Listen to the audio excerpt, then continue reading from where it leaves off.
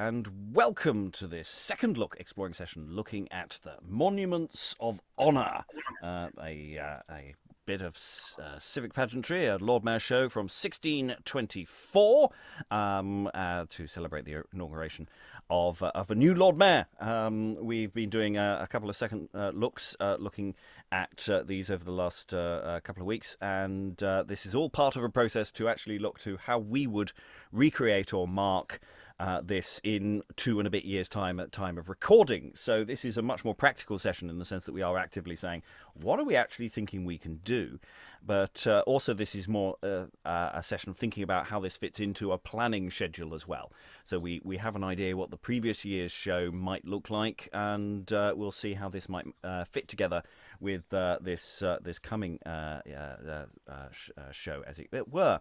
So we have a wonderful team of readers who have no idea what bit they're going to read, whether it's actual text or prose or actual verse. And so I'll ask everyone to give a bit of a wave as I go around the room. We've got Tom, we've got Greg, we've got Lynsey, we've got Tracy, we've got Kyle, we've got Solly, and Liza, and Milo behind Liza there as well.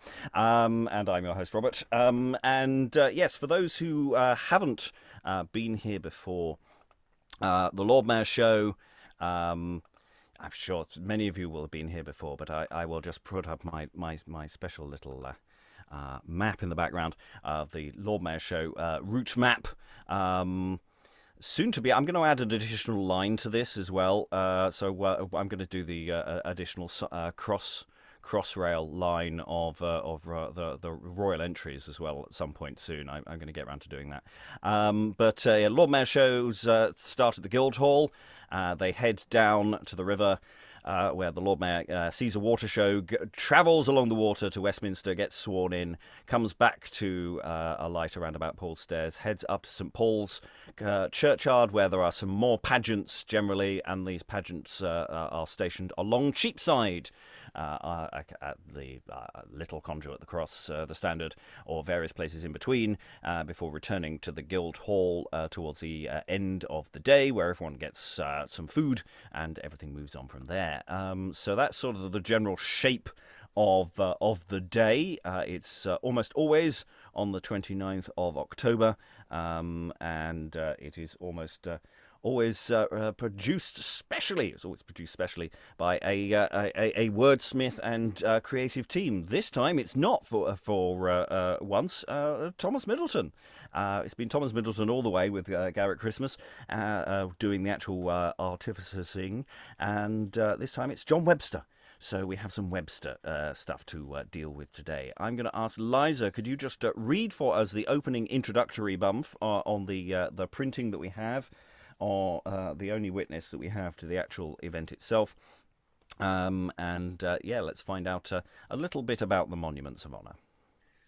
The Monuments of Honour, derived from remarkable antiquity and celebrated in the honourable city of London, at the sole munificent charge and expenses of the right worthy and worshipful fraternity of the eminent merchant tailors. Directed in their most affectionate love at the confirmation of their right worthy brother John Gore in the high office of his Majesty's lieutenant over this his royal chamber.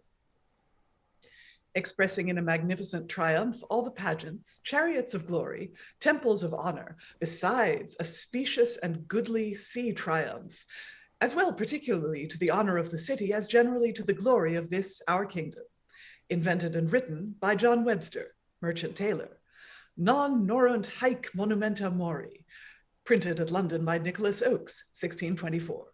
So we get a goodly sea triumph. I'm looking forward to actually having some details of something happening on the sea. We got a little bit of detail last time. We got some impression, but we get some more. So this is John Gore, or John Gorry, I don't know how that's pronounced, of the Merchant Tailors. What exactly do merchant tailors do? Well, they deal in cloths primarily. But by the time we get to 1620s, they're more kind of generalist mercantile company, really. Lots of overseas trading. They're not very much about handicrafts. They're not a kind of making things kind of company. Much more selling things kind of company, like the Mercers, really. And their worthy brother, John, what do we know about him? Pretty par for the course, very well connected, married to the daughter of an ex-Lord Mayor, brother was an MP, one of those kind of oligarchs really, he knew he was very well networked, and he obviously worked his way up through the hierarchy of the merchant tailors, became an alderman, became a sheriff, and waited his turn. That'd be very interesting. Well, we can't have it all. Okay, let's get into the text a little bit. So I'll ask various people to do paragraphs one after the other. Lynsey, if you could do the initial bump down to the John Webster announcing his name. Sorley, could I ask you to do the paragraph after that? I could in this my prefix. And Greg, if you could do the paragraph after that, and then we'll pause before we do some speeches. My worthy lord, these presentments, which were intended principally for your honour and for illustrating the worth of that worthy corporation whereof you are a member, come now humbly to kiss your lordship's hands and to present the inventor of them to that service, which my ability expressed in this may call me to, under your lordship's favour, to you, do you honour, and the city service in the quality of a scholar, assuring your lordship I shall never either to your ear or table press unmannerly or impertinently. My endeavours this way have received grace and allowance from your worthy brothers that were supervisors of the costs of these triumphs, and my hope is that they shall stand no less respected in your eye nor undervalued in your worthy judgment, which favours done to one born free of your company and your servant shall ever be acknowledged by him, stands interested to your lordship in all duty, John Webster. I could, in this my preface, by as great light of learning as any formerly employed in this service, can attain to deliver to you the original and cause of all triumphs, their excessive cost in the time of the Romans. I could likewise, with so noble amplification, make a survey of the worth and glory of the triumphs of the precedent times in this honourable city of London, that, were my work of a bigger bulk, they should remain to all posterity. But both my pen and ability this way are confined in too narrow a circle.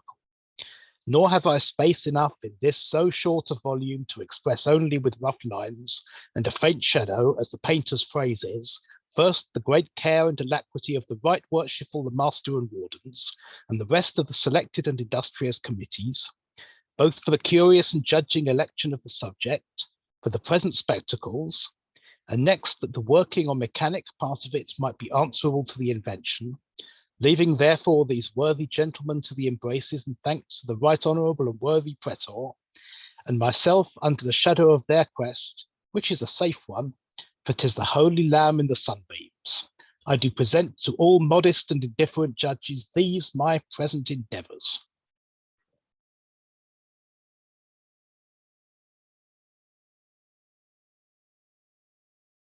And Greg, I think. Apologies, I lost track of who I was. So,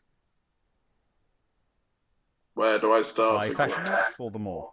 Sorry, I didn't recognise it as a paragraph, sorry. Ah. A fashion for the more, amplifying the show upon the water, two eminent spectacles in manner of a sea triumph.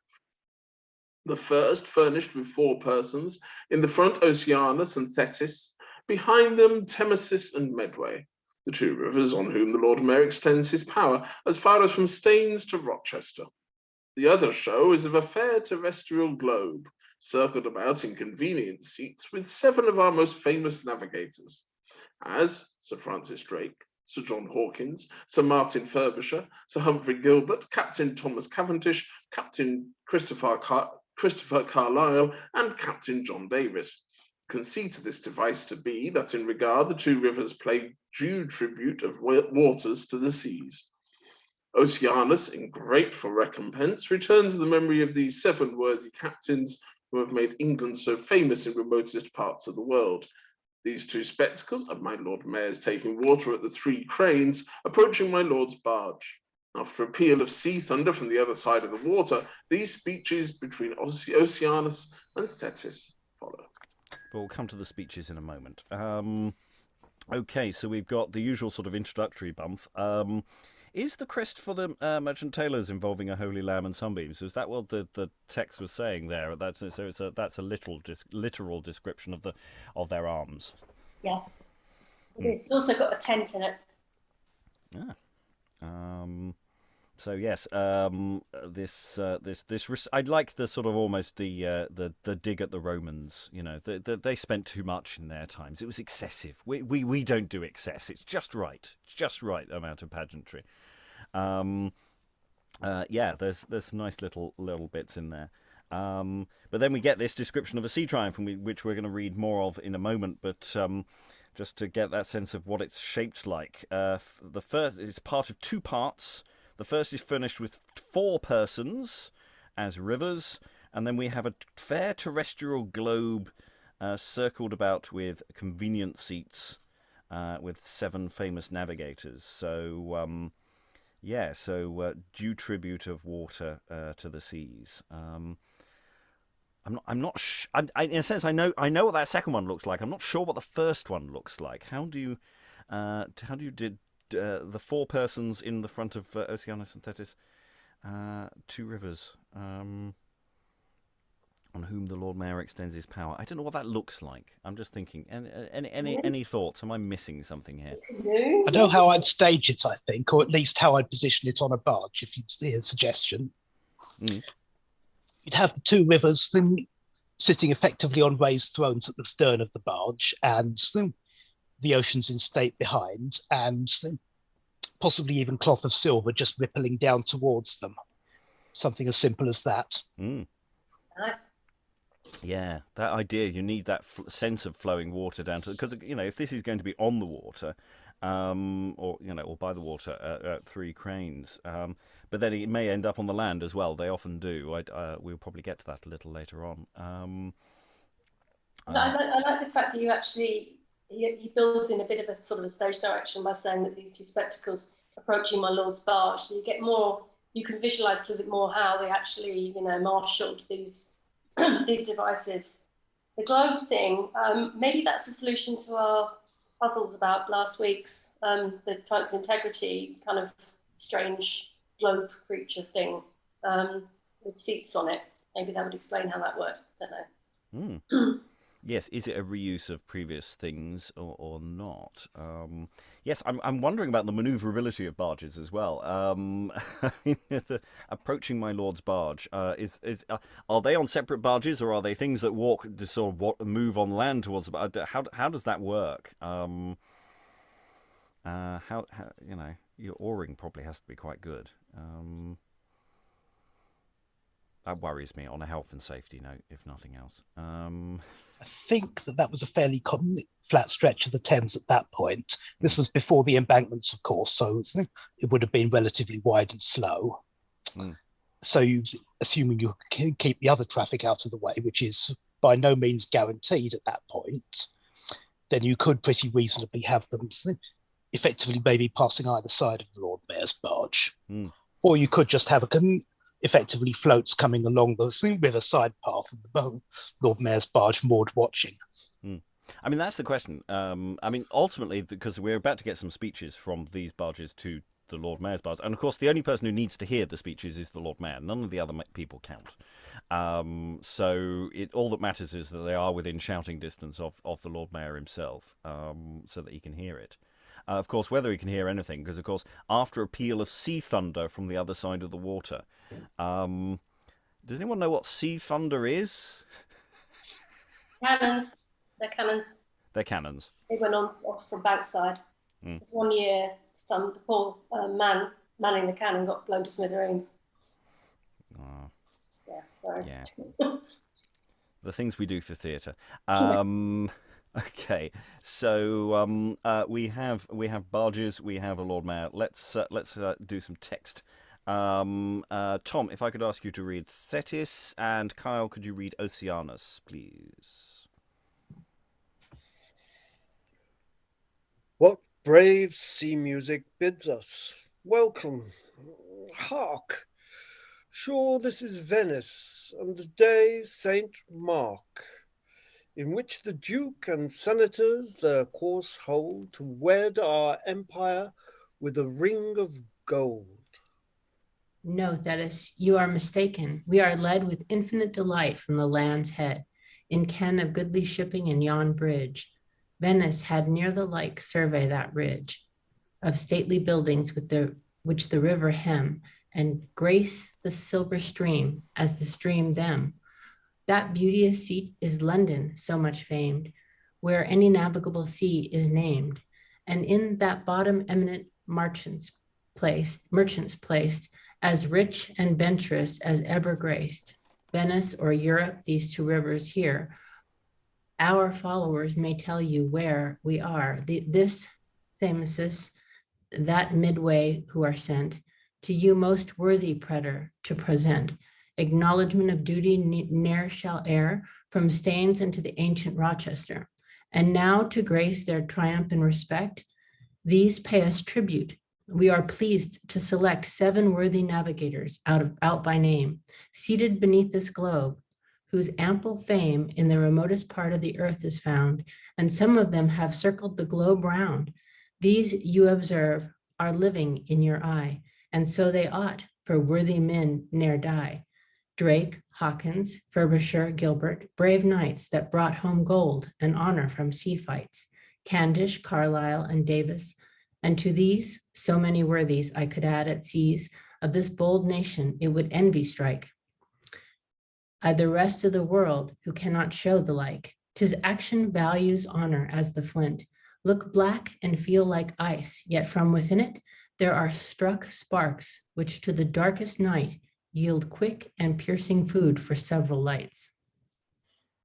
You have quickened well my memory, and now of this your grateful triumph I allow. Honor looks clear and spreads her beams at large from the grave senate seated in that barge.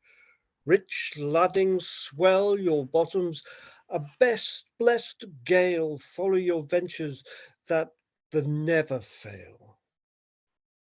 And may you live successfully to wear the joy of this day, each man his whole year. And this show, having tendered this service to my lord upon the water, is after to be conveyed ashore and in convenient place employed for adorning the rest of the triumph. So it won't just live; it's got to actually be removable from any barges, so that it can also then end up on the land. So it's got to be transportable. So it can't be too big. And that's an interesting question of scale and size and precisely what it's supposed to be in that sense. But yes, we have these 2 speeches. Thoughts from the room? Anyone want to leap in on these speeches? Were we enjoying them? What were we getting from them? Thoughts, questions, hopes, dreams. Liza. Yeah, I mean, I like, the rivers and the oceans being personified. And Thetis, of course, a sea nymph, the mother of Achilles. No references to Achilles yet. But I'm really intrigued by the change, the command that you have to take the show off the barges and convey it ashore. I assume they did that on wagons. But I mean, who knows how big the wagons were? Or, I mean, I assume they have, first of all the time when the service is going on at St. Paul's, and then the entire dinner at Guildhall, right? Sorry, say again? They're Tracy, correct me if I'm wrong about the hiatuses, but they've got the service. Yeah, they'll have most of the day, actually, because they get on the barges to go up to Westminster, then they have to wait for the tide, come back, disembark, and all the rest of it. So, yeah, I mean, late afternoon, I'd imagine. This is fairly early in the morning. Funny enough, I've never seen any sort of evidence of them hiring. I mean, I'm absolutely sure you're right, but how else would you do it? But they don't tend to record that kind of really, really prosaic stuff, like wagons and things, which is a bit annoying. Elsewhere, he does make a point. He does sort of stress that they're using horses, not porters. But I think wagons would probably be the best bet here. Yeah, so it's the question of how big they are. How big do you need to be seen from whatever distance the barges are likely to get, because you don't necessarily want them too close to get too close to each other, and oars getting in the way and things like that. The question I've got, the big question, which doesn't really matter for us because we have technology, but how do you cue it? You're setting off a peal of sea thunder from the other side of the water. To coincide with the barges being in place, and then that cues Thetis speaking, because that clearly is a reference what brave sea music bids are welcome here. So these things are all being cued somehow. Waving flag. I'm assuming something like that, but I'm just I'm very interested in the stage management of how these things would work, and of course we don't actually have any details on it, but there does seem to be a series of cues here that how many effectively stage managers do you have wandering around cueing things to happen when they happen? I mean, obviously the actors to a degree just wait for the cannons to stop and then start speaking. I mean, but, it's a busy day, and goodness only knows what sort of weird noises could be going on all the time. Yes, Sorley. Right, it sounds like everything's going to be queued off the Lord Mayor's arrival in his barge, and, well, dignitaries. We can't count on them to keep to any sort of sensible schedule or predictable schedule. So presumably they've got to look out, making sure the ship cannons are in good order on the south bank, and they know from experience how the tide works. Presumably the pageant barges are already moored within shouting distance, or heavy shouting distance. Bankside, yes, that makes sense. And yeah, everything presumably flows from that. But yes, you need a lot of stage managers to make sure everything works. If I could just go back to an earlier point for a second about dismounting the things. Given that we've got that much time, most of the spectacle will be dismountable and people can walk ashore.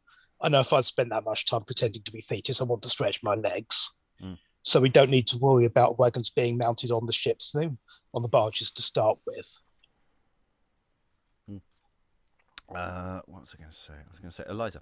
I wonder if Webster was a brother of the guild, I wonder if Webster might have been on the Lord Mayor's barge and if he might have been queuing things himself.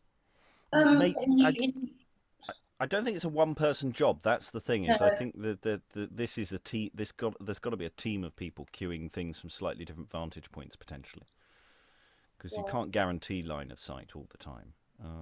I think they were so, and also they were so preoccupied by precedence and precedent. I think it's unlikely he would have been honoured with a place on the Lord Mayor's barge. Although we do know that Monday processed for one of the Drapers' shows in the procession, wearing the kind of company colours. So something like that might have happened, possibly.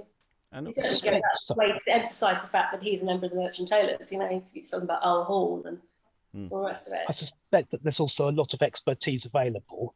Naval signalling would have used a lot of these same techniques, given the necessity for manoeuvring ships in relatively close order, which you'd have to do around the London docks. So they could just borrow some local experts. And also we've got the sort of that ongoing knowledge of people who do this every year. Now technically it's a different production team behind this, but that doesn't necessarily mean that lower down the orders that is not always basically the same people each time. You get the same bargemen being employed year after year, regardless of which company it is. So yeah, absolutely. So yeah, you can almost imagine Webster saying, "Right now, this has to happen now," and them going, "Yeah, sure, mate." Yeah. You don't need to tell us. We know how to do this gig. Anyway, we should move on to the next bit. I'll finish off that paragraph in a moment. Then I'll ask Greg to read the next full paragraph there. Carl to read the paragraph after. Liza, if you could be Troy Navant. Sorley, if I could ask you to be Sydney. And then we'll pause at that point and see how far we get. After my Lord Mayor's landing and coming past Paul's Chain, so he's gone off to Westminster and come back again, there first attends for his honour in Paul's churchyard a beautiful spectacle called the Temple of Honour, the pillars of which are bound about with roses and other beautiful flowers, which shoot up to the adorning of the King's Majesty's arms on the top of the temple. In the highest seat, a person representing Troyes-Novant, or the city, enthroned in rich habiliments. Beneath her, as admiring her peace and felicity, sit 5 eminent cities, as Antwerp, Paris, Rome, Venice, and Constantinople. Under these sit 5 famous scholars and poets of this our kingdom, as Sir Geoffrey Chaucer, the learned Gower, the excellent John Lydgate, the sharp-witted Sir Thomas More, and the last, as worthy, both soldier and scholar, Sir Philip Sidney. These being celebrators of honour, and the preservers both of the names of men and memories of the cities above to posterity. I present writing before this temple Henry de Royal, the first pilgrim or gatherer of quarterage for this company, and John Webster, King Edward III's pavilion maker, who purchased our hall in the 6th year of the aforesaid king's government.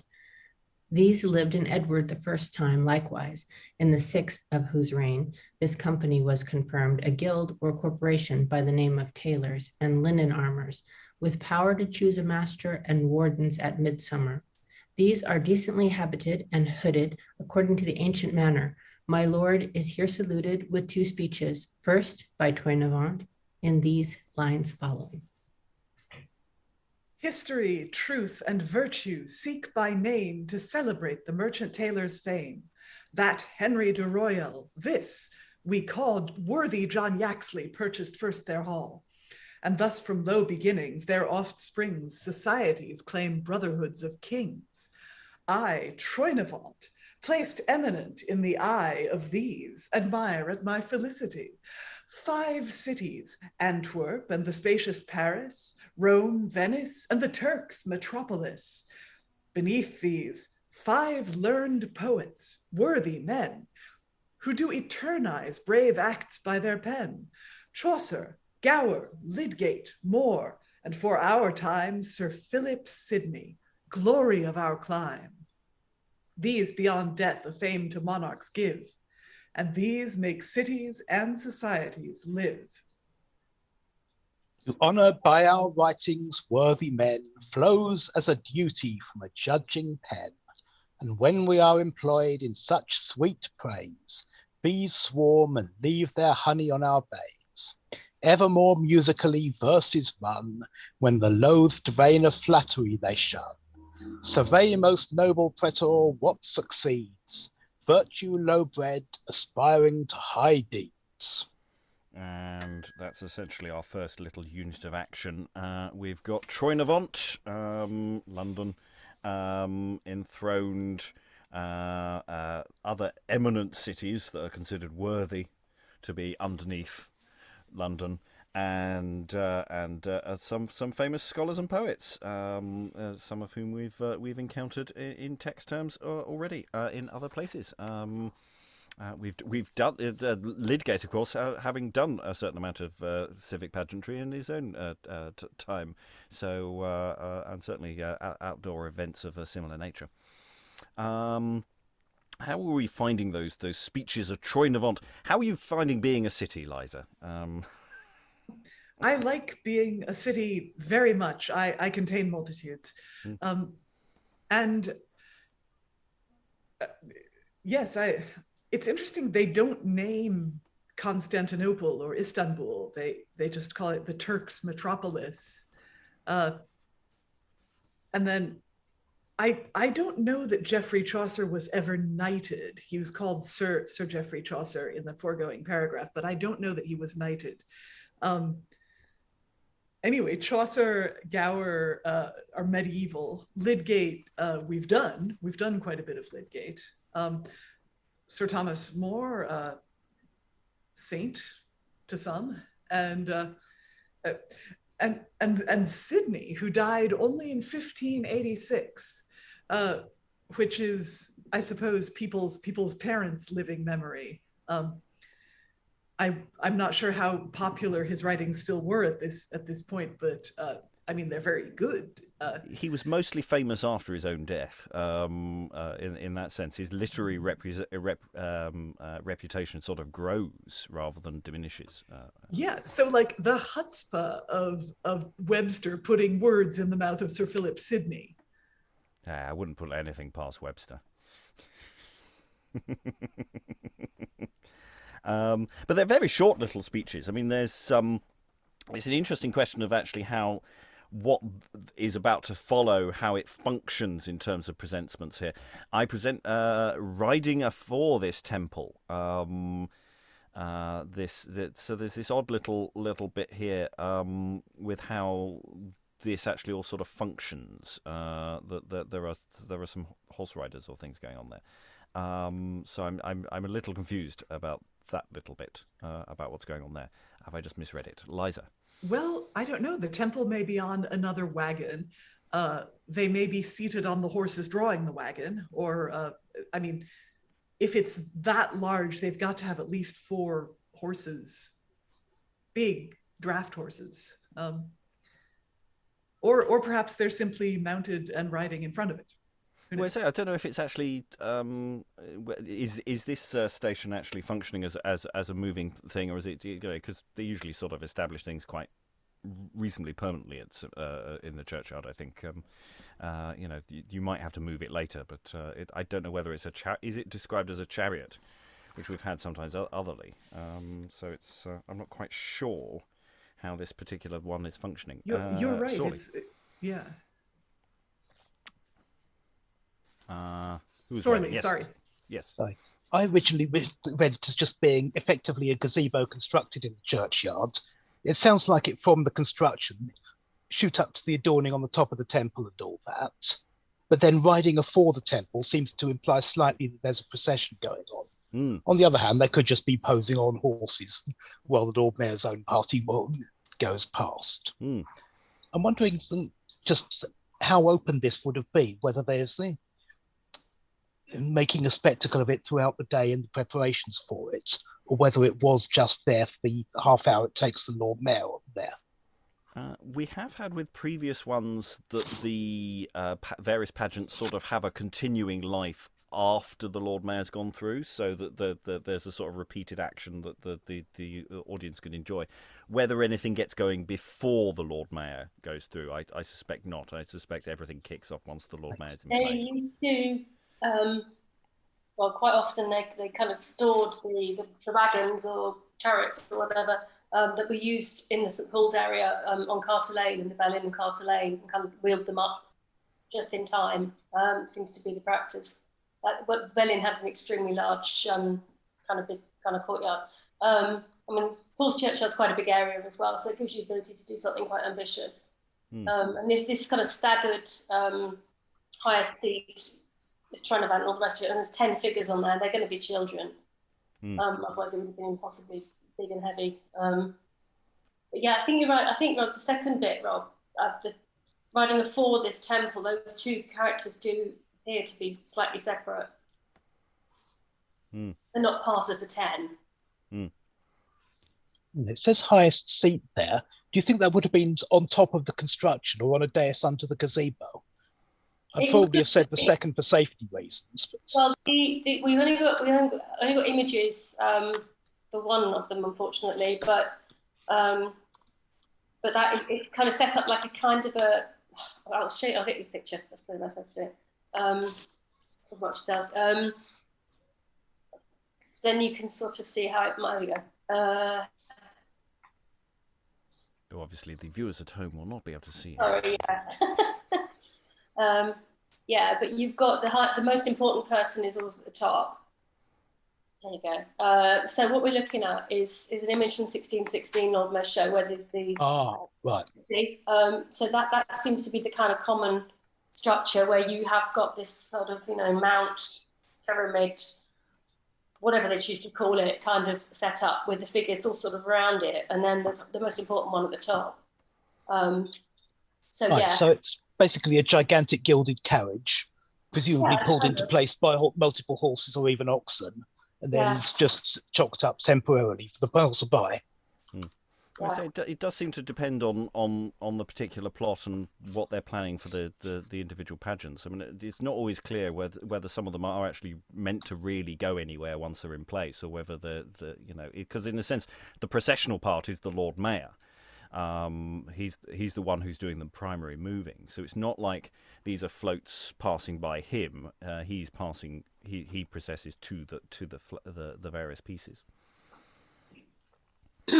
So it's not wholly clear, whether the horses whether horses or additional people of burden are required for most of the time, or whether they're part of the spectacle at all times.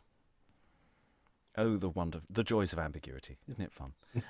Okay, let's read on some more, because there's a little question in my mind as to precisely where the next bits happen and how it all functions. So I'll ask Lynsey, could you read what are effectively the next two paragraphs are one paragraph, the full stop lies. Greg, if you could be Sir John Hawkwood's, that would be lovely. Kyle, could you read the paragraph after that? Liza, if you could read the paragraph after that, and in fact the little teeny one after that. And Tom, if you could be Edward III. And Sorley, if I could ask you to just be the kings after that. I think that covers everybody. And then we'll probably pause about there briefly. So let's see how all that flows. These passing on, in the next place my lord is encountered with the person of Sir John Hawkwood, in complete armour, his plume and feather for his horses, chaff fawn of the company's colours, white and watchet. This worthy knight did most worthy service in the time of Edward III in France, after served as general divers princes of Italy, went to the Holy Land, and in his return back died at Florence, and there lies buried with a fair monument over him. This worthy gentleman was free of our company, and thus I prepare him to give my lord entertainment. My birth was mean, yet my deservings grew to eminence, and in France a high pitch flew from a poor common soldier I attained. The style of captain and the knighthood gained. Served the Black Prince in France in all his wars, then went to the Holy Land, thence brought my scars. And wearied body which no danger feared, to Florence, where it nobly lies interred. There Sir John Hawkwood's memory doth live, and to the merchant tailor's fame doth give. After him follows a triumphant chariot with the arms of the merchant tailors, colored and gilt in several places of it. And over it there is supported for a canopy a rich and very spacious pavilion, colored crimson, with a lion passant. This is drawn with 4 horses. 4 porters would have made it move tottering and improperly. That's parenthetical, I think. In the chariot I place, for the honor of the company, of which records remain in the hall, 8 famous kings of this land that have been free of this worshipful company. First, the victorious Edward III that first quartered the arms of France with England. Next, the munificent Richard II that kept 10,000 daily in his court in check roll. By him, the grave and discreet Henry IV. In the next chairs, the scourge and terror of France, Henry V. And by him, his religious though unfortunate son, Henry VI. The 2 next chairs are supplied with the persons of the amorous and personable Edward IV, for so Philip Cominius and Sir Thomas More describe him. The other with the bad man, but the good king, Richard III, for so the laws he made in his short government do illustrate him. But lastly, in the most eminent part of the chariot, I do place the wise and politic Henry VII, holding the charter by which the company was improved from the title of linen armorers into the name of Master and Wardens of Merchant Tailors of St. John Baptist. The chairs of these kings that were of the house of Lancaster are garnished with artificial red roses, the rest with white.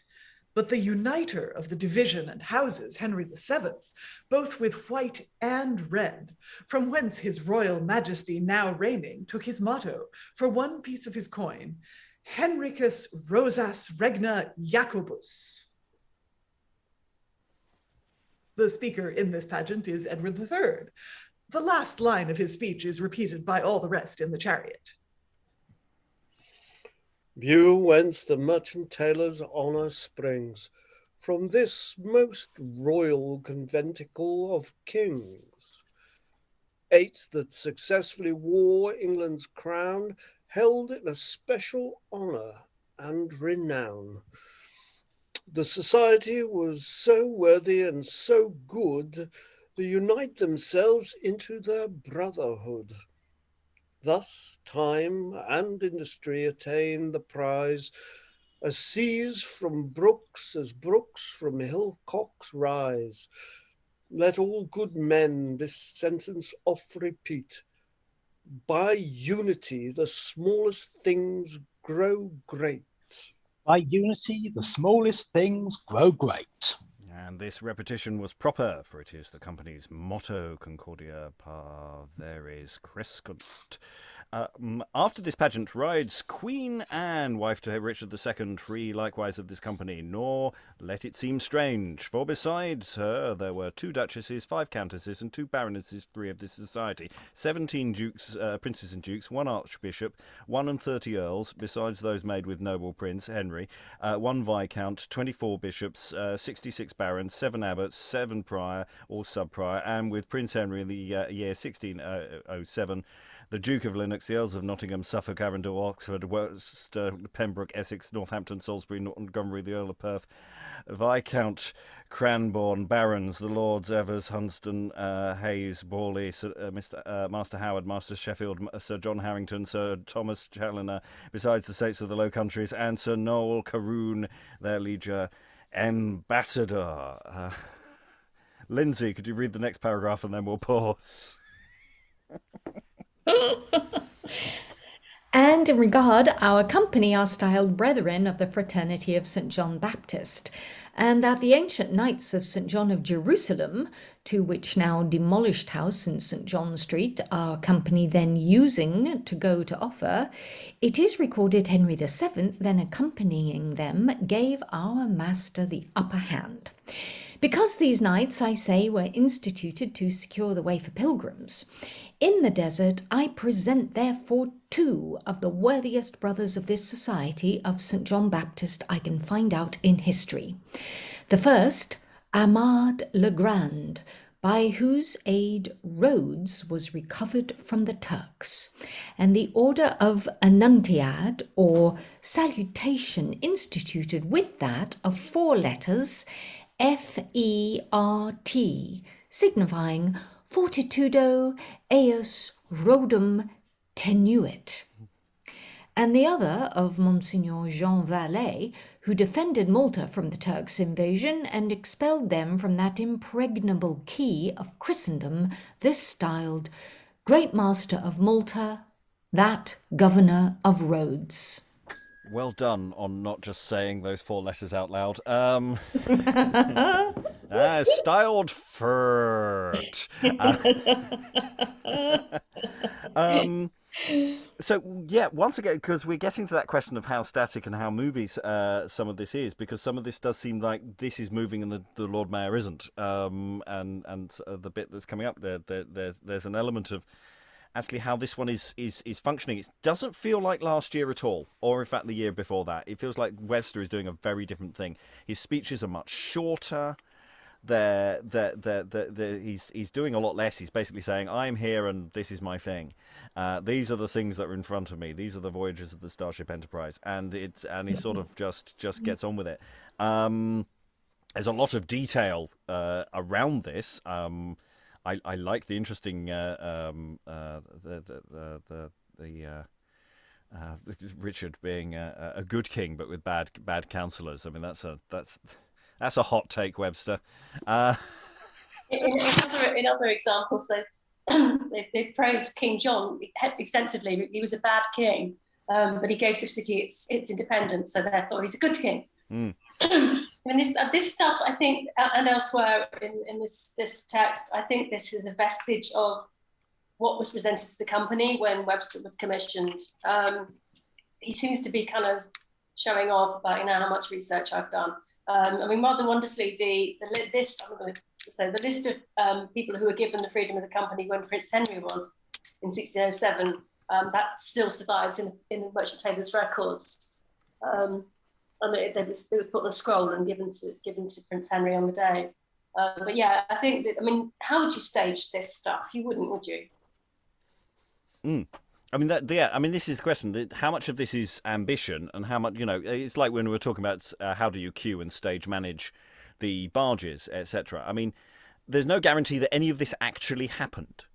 We know that there is occasionally some disparity between the intention of these texts and actually what happened on the day, because it only happens once. And of course, things go wrong. We know that on certain occasions, nobody could hear a single thing that the speakers were saying. We know from some eyewitnesses that they were very bored with what was going on, apart from there were some pretty girls, and they moved on and got some food. So, how much of this is real? A real reflection of what happened on the day? We have no idea. How much of this, and it's also because Webster hasn't done this. I mean, has he done this before ever? No, and never again. So is this just all this stuff about stuff processing past the Lord Mayor as well as the Lord Mayor processing? But is that just too complicated and just gets simplified and doesn't happen? Yeah, I mean, this whole paragraph, and the only thing that seems to me to actually have happened was that Queen Anne rides along after the pageant. The rest of it is just Webster saying, "Oh, she wasn't the only woman who got freedom of the city. She wasn't a token woman. Here are all these others. Oh, while I think of them, I'll just mention a whole load of other people." It's just not part of the action at all, it seems to me. I don't think it necessarily says that all these people are moving. In this thing, obviously, this is the period, but earlier it says, "My lord is encountered with," rather than "my lord encounters." After him follows, that could just be following along in the succession of what the Lord Mayor is going to encounter. And it would certainly be easier just to draw this into place. But on the other hand, it is clearly supposed to move, this triumphant chariot, because of the concern about using horses instead of porters. Yes. I don't suppose we know what the street layout at that point looked like. Just very similar to what it is today. This bit, I think, you're talking about Paul's Churchyard down onto Cheapside, so as wide as it gets, actually. Yeah. You've got some decent big streets there, at least. Yeah. That's why they always do it there. I mean, this is the thing: is how far away from St Paul's are we now? Are we, towards the Little Conduit? Are we near the cross? Because it does say these passing on in the next place, which suggests the Little Conduit. I mean, it could be anywhere.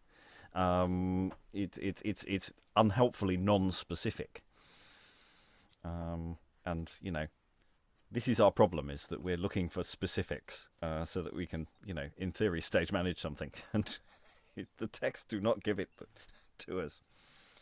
But yeah, no, I think it's a good point that it may not be that it may still be the Lord Mayor is actually passing by, and these things are actually entirely stationary once they're put in place themselves. It's a lovely bit of shade, though, isn't it, about the porters? If the porters would have made it move tottering and improperly. I'm not a fan of porters. They drop kings, Yeah. I myself frequently move tottering and improperly. Yeah. Same.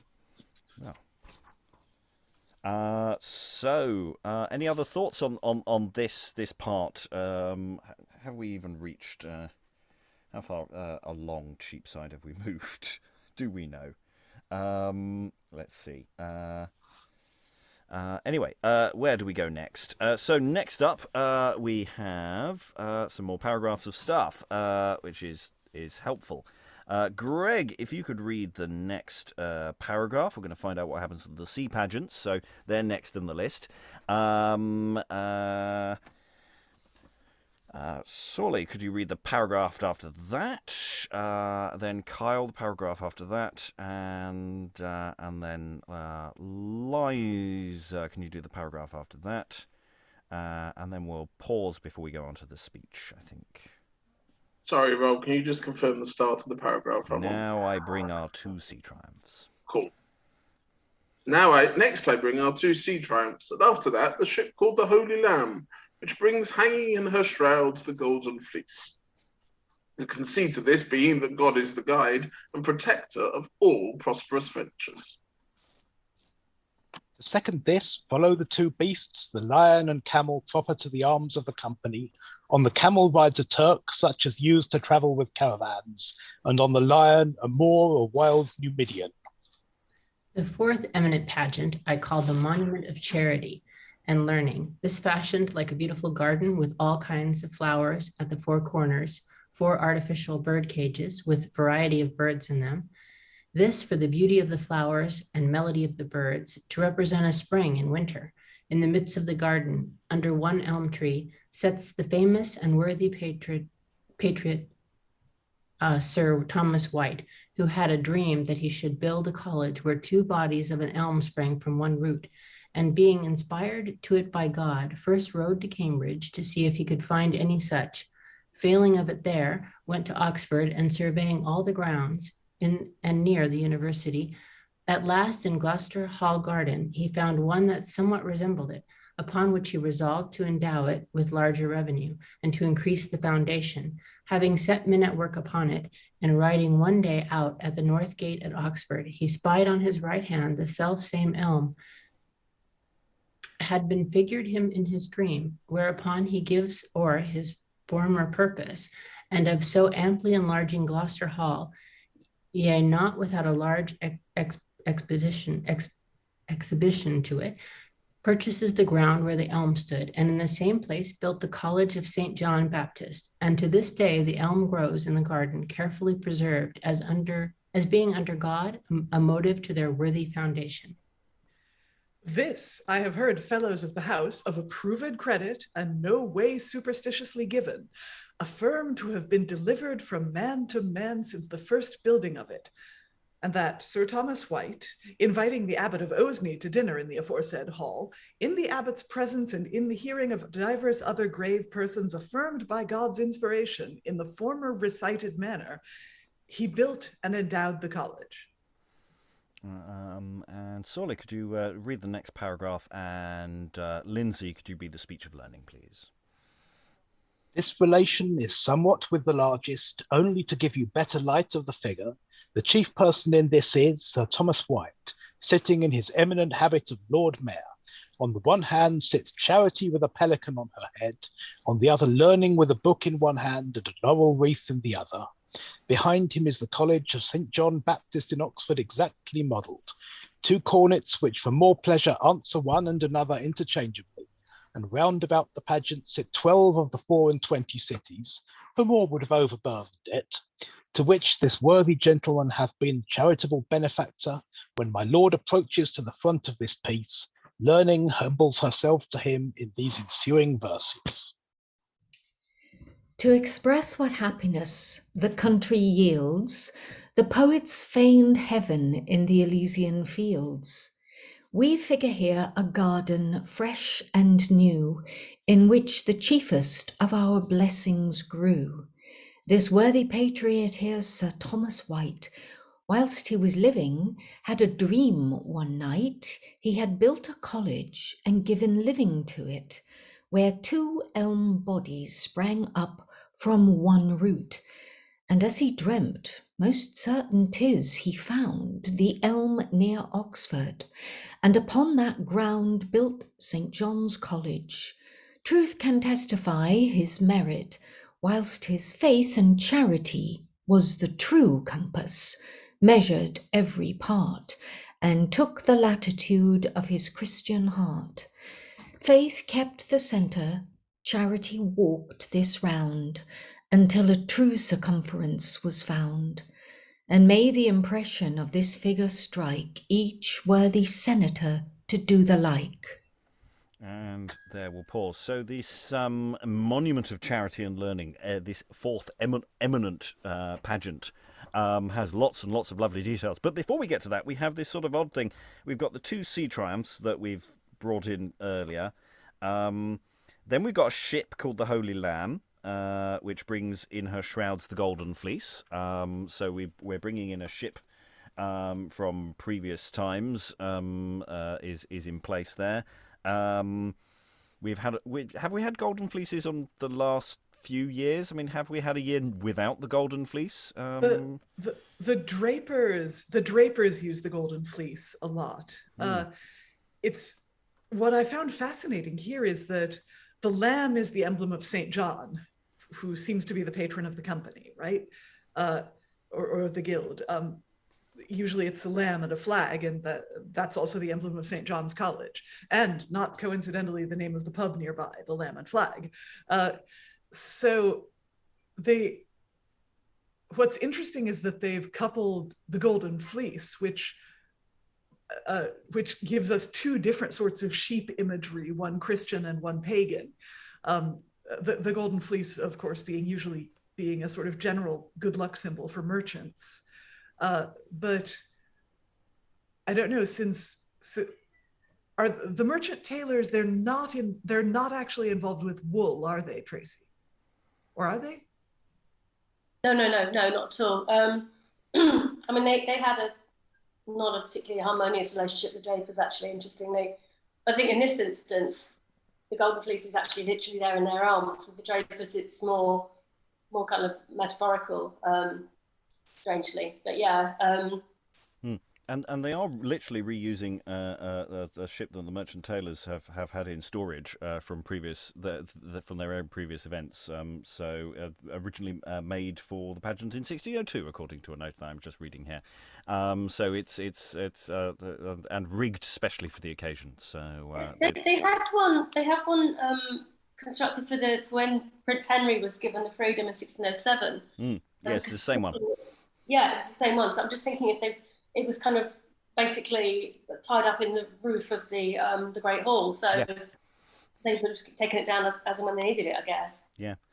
Also, I think it's also honourable mention. There's along with this boat, we've got two beasts, lion and camel, proper to the arms of the company, and it's always nice to have a lion and a camel. It's slightly more problematic, as with on the camel rides a Turk, and on the lion a more wild Numidian. Oh well, never mind. Sigh. So yes, but we have at least got a lion and a camel. So we've been very short on animals the last few years. So we're quite glad to have some animal action, as it were. Kyle. I was curious about how much freedom they have to write this, because it seems so Catholic, as is mentioned in the chat, right? And Webster seems not that person that is coming through this. I mean, after reading his plays, it doesn't seem like he's this type of thinker. So it's interesting to me. No, he's only mentioning Thomas White because he was a merchant tailor. That kind of thing happens a lot. You get somebody who in other contexts is quite problematic, who is the hero in the relationship to the livery company, if nothing else. Yeah, and in the sense that all of these sort of events have and these companies have such long roots that they're inevitably entwined with it's like we were talking about. It's on what's its relation to St. Simon and St. Jude's Day. It's like you're just going, well, this is not necessarily something that if you'd started it from scratch, you would be referencing and things like that. Yeah. Webster does say that it's the story about the elms is not done superstitiously, just to kind of get himself off a particular hook. But what you can and can't say towards James's reign is rather different to what you would be able to say some 25 years previous to that. So we finally got to the actual monument of charity and learning. So we've got bird cages, 4 artificial bird cages with a variety of birds in them. It's a weird way of... what's a non-artificial bird cage? Or are the birds artificial? Sorley. Artificial in this context just means it's been wonderfully and complicatedly engineered. It doesn't mean fake. So they're just very nicely designed bird cages, all gilt and stuff, probably. and at the four corners with all these variety of birds in them, and then we've got Sir Thomas White, very prominent. We've got Charity, we've got Learning. Learning is the one who actually gets to speak. Yeah. So it's interesting that he says that there were 12 of the 4 and 20 cities to which White had been a benefactor, and they only show 12 because more would have overburdened it, i.e. the pageant wagon or chariot, whatever. And that seems to be about right. 12 does seem to be the max, actually, that they can. Maybe they have a kind of a common structure, basic structure they would have used every year, and then it only fits 12 children. And then what you do with that beyond that is down to you. Yeah. And presumably they're figures with sashes or something telling you which city they represent, because I don't imagine there's anything more emblematic you can do for all of those cities that anyone would ever get. London, Crawley, Bognor, Yeah, it doesn't actually state which of the 12, which 12 of the 24 did they choose, which made it, which made the cut. History does not tell us. Okay, let us move on to then our effectively final triumph pageant for this sequence. We got a massive block of text here. I don't see it paragraphed in any way, so I'll ring a bell about halfway through to break it up a little bit. So we'll start with Tom. Then Liza, then Sorley to do that big chunk of text. I'll get Greg to do the speech that follows, and Lynsey, if you could close the session, as it were. So I'll stand by for the ringing of the bells, and take it away. The last I call the monument of gratitude, which thus dilates itself upon an artificial rock set with the mother of pearl and such other precious stones as are found in quarries, are placed 4 curious pyramids charged with the prince's arms, the 3 feathers which by day yield glorious show, and by night are more goodly, for they have lights in them. And at such time as my Lord Mayor returns from Paul's, shall make certain ovals and squares resemble precious stones. The rock expresses the riches of the kingdom Prince Henry was born heir to. The pyramids, which are the monuments of the dead, that he is deceased. On the top of this rests half a celestial globe. In the midst of this hangs the Holy Lamb in sunbeams. Okay, and we'll pass the baton on. So we've got Holy Lamb in the sunbeams. On either side of these, an angel upon a pedestal of gold stands the figure of Prince Henry with his coronet, George and garter. In his left hand, he holds a circlet of crimson velvet charged with 4 holy lambs, such as our company choose masters with. In several cants beneath sits, first, Magistracy, tending a beehive to express his gravity in youth, and Forward Industry, to have proved an absolute governor. Next, Liberality, by her a dromedary showing his speed and alacrity in gratifying his followers. Navigation, with a Jacob's staff and compass, expressing that his desire that his reading that way might in time grow to the practice and building. To that purpose, one of the goodliest ships was ever launched in the river. In the next, Unanimity with a chaplet of lilies. In her lap, a sheaf of arrows showing he loved nobility and commonality with an entire heart. Next, Industry, on a hill where ants are hoarding up corn, expressing his forward inclination to all noble exercise. Next, Chastity, by her a unicorn, showing it is guide to all other virtues and clears the fountainhead from all poison.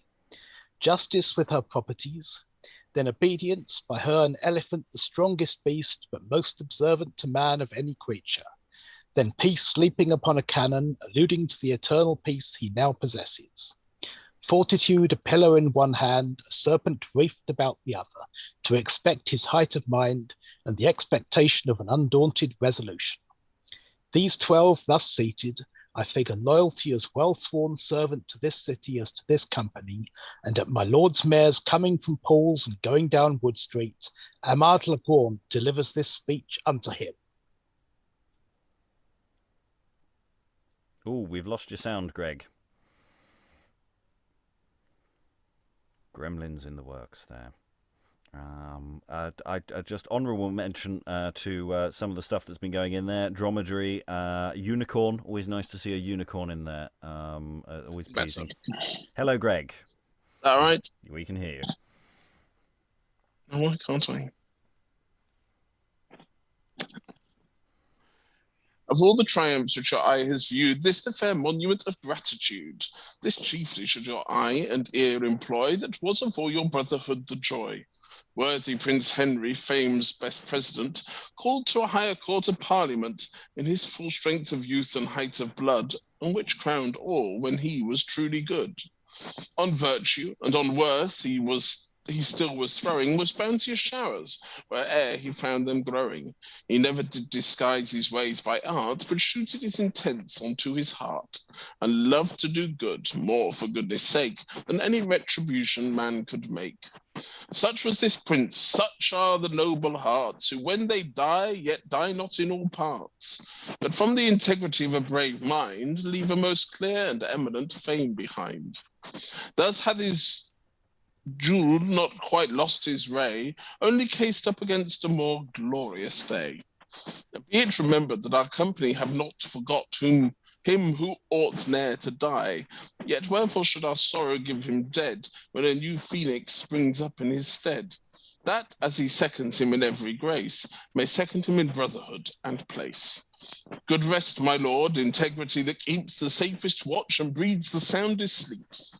Make the last day of this your holding seat, joyful as this, or rather more complete. I could, a more curious and elaborate way, have expressed myself in these my endeavours, but to have been rather too tedious in my speeches or too weighty might have troubled my noble lord, and puzzled the understanding of the common people. Suffice it, I hope 'tis well, and if it please his lordship and my worthy employers, I am amply satisfied. Yes, did it please his employers? He didn't get employed again. Oh my gosh. So this is his excuse for not having written longer speeches, right? It might have troubled my noble lord or puzzled the understanding of the common people. Nice. I just don't think it suited him as a kind of genre, really. You know, everybody says that Debbie's always said he was a very slow writer, and he would have had about 4 weeks max to put this thing together. And it isn't his usual subject matter, not enough horrible murders. No. I mean, I have to say that there's some interesting things where you've got all the various these various figures are described, you know, having magistracy tending a beehive, etc. And then you get justice with her properties. And just going, the usual properties that justice has, which to be fair is actually relatively easy for us to figure out. But sometimes in other ones where it just says, the usual things is harder. Justice is straightforward, thankfully. You wanted animals. I wanted animals, and we got animals. Lots of animals, which is lovely. And is that the longest speech of the lot? I think that was, and that's say at the end of the day. So this is the Lord Mayor's gone from the Guildhall. He's gone to St Paul's for a bit of a service, for a bit of some sort of official service of Thanksgiving, I assume, and then goes down Wood Street, basically heading off home, and gets greeted by this speech and this particular pageant. And talking about Prince Henry, there's soming interesting about how that all sort of how that plays as well to that particular moment. Thoughts from the room about that pageant, or for that degree, or any of them. We've got 5 exclusively on-land pageants, and other business, plus the sea triumphs, which get reused as well. There's a lot going on here. This is a busy old show. No. This is not an easy one to do. I think, last year's one, I was going, well, we need 4 pageants, and one of them's really fiddly and complicated to do, but it's still just a physical, a very straightforward, it is here, and someone says this. Whereas there's so many moving parts that I don't quite know what to do with it, actually. I'm still not quite sure how to unpack all of it and decide where it all lives. Maybe we could just focus on one element of it and do a really kind of detailed treatment of it or something. I mean, I've always really liked the Prince Henry one, because of the animals and stuff. And Henry's such an important figure. He's been dead for 11 years, but gone but not forgotten. Just quickly adds in something about Charles, even though he doesn't name him, because of course the following year Charles is king. So, oops. And because it's not very speech heavy, it sort of doesn't give us the focus that that we can do, because of we are limited as to how spectacular we can make things. So maybe this is one where we just say we're going to do one pageant and try and do it quite well, and then the rest of it maybe is something more of a flyby. Maybe that last one is the one to go for. It's a late night thing as well, because there's all this description of this artificial rock with mother of pearl, precious stones, and having lights in them for the end of the day. So maybe, because we didn't do a nighttime shoot, as it were. So maybe it's creating something that looks nice after dark might be the focus for this one. We could do it in the courtyard of Merchant Taylor's Hall. Yeah. Sure, so more of an installation rather than a procession, if that makes sense. That might be a target to do. Because it's the other thing is to do something different each year, is not to just repeat the same pattern, is to just play around with what we can do. Other thoughts? What do you want to do with this text? What are the bits that are jumping out at you as something that would be interesting to do something with, even if it's not necessarily exactly what was intended? Because, of course, we have absolutely no way of doing that.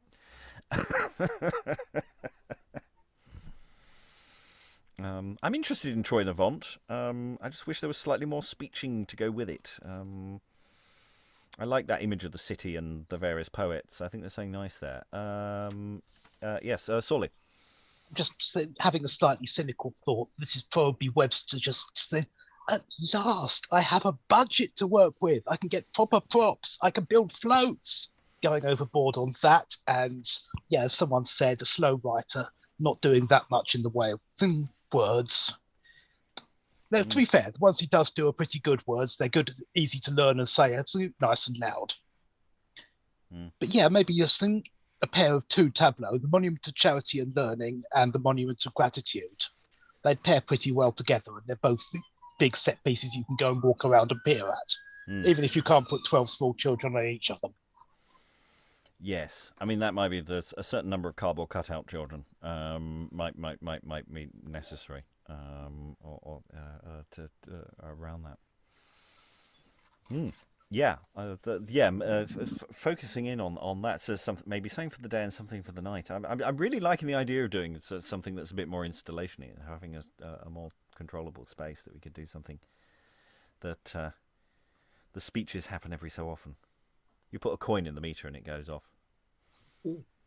I'm very aware that no one is listening to a word I'm saying because everyone's just looking at the cats. Right. It's fine. Liza, what's Milo saying now? Milo is telling me that he's very interested in the idea that there might be some new lighting technology at work here with this one and the previous year's Crystal Temple, which was also lit from within.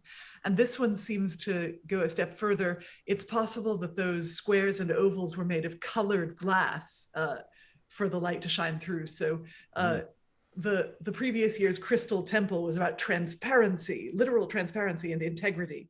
And you can just see them making notes. Okay, this year we're gonna have colored glass that looks like precious gemstones, and that will be one up from their clear glass that they had the year before. So I do like. Oh my gosh, did Rob just vanish? No, I'm still here. Carry on. Oh, I was going to talk about you. Anyways, you can talk about me. It's fine. I'm still here. You just can't see his reaction. So, sort of like an omnipresent deity or something. Anyways, yeah, I like the idea of an installation. Perhaps we could have items of costume that members of the public could drape themselves in to represent knowledge or magistracy or peace or... Yes, here, wear this penguin. Not penguin, pelican. A pelican on her head. I love that. I mean, I know what the symbolism is, but it's just so wonderfully ridiculous. Yeah, why not? Why not? It's also, it's these questions of... We've had sunbeams or beams before, and we've always been questioning, how literal are those things? Are they physical beams or not? In this case, they could be a lighting effect in the midst of the holy lamb in the sunbeams on either side. So you could have a literal globe there. It talks about this half a celestial globe, but the sunbeams actually could be a lighting effect as well as a physical demonstration. Yes. Given what London was like in the time, it's actually possible to get proper sunbeams rather than just pointing a light at something. Given the sheer density and pollution of the city, then the air will be full of enough particulates that the lighting effect will show up. All you need is a fairly dense, fairly bright lantern and a couple of mirrors. Yeah. Right. Tom. Yeah, I think this installation, because the speeches, as you say, are, as with most of this, are meant to carry across water or just meant to be heralded into the air. And I think, because it is a very visual pageant. So, and I think just with quite rich recordings, it would be quite good. Okay, I'm getting some sense of some interesting options here. I mean, if the year before, or effectively next year's effort is something that is more focused around the speeches, but with a good demonstration of what's happening on different pageants, if this is a year where we're thinking less about the speeches and more about the actual visual display. And that we're looking for collaborators who are aiming to build something that actually can match this description, because we've got a description here in that last one, and to a degree some of the others, that is enough to do something without just making it up. Because that's sort of the problem with the previous year's one, is we do have some description, but we've got some really good speeches, but we don't necessarily have that much description of what the pageants always look like. It sort of ebbs and flows a bit. So maybe that's a way of thinking about what we do the year after next with this one. These are all just speculative thoughts. We have no budget and no idea what we're actually doing yet. But this is all part of the process of trying to decide that and see where we go with where we go forward. And if you are watching at home and you're interested in these things, do follow us, subscribe, like, and get in touch if you're interested in doing something in the general vicinity of Cheapside in the end of October. Bring your thermals and your waterproofs. Then do get in touch, because we're always looking for collaborators and people interested in just being involved, because these things are frequently fun and silly and involve camels. Any other thoughts in the room before I close the session? Liza. Just that in the pageant of Troynovant, in which the ancestral city of London was represented by 6 well-known poets, I thought, I wish our government would put poets front and center. Either ancient ones or modern ones. But I quite like that as a, of the various representations of Englishness that are not toxic, I think just having some good poets out there might be kind of nice. Yeah, absolutely. Okay, any more for any more? Right, well, all that remains then is to thank all the wonderful readers for all your wonderful reading. Thank you very much, everyone, and goodbye.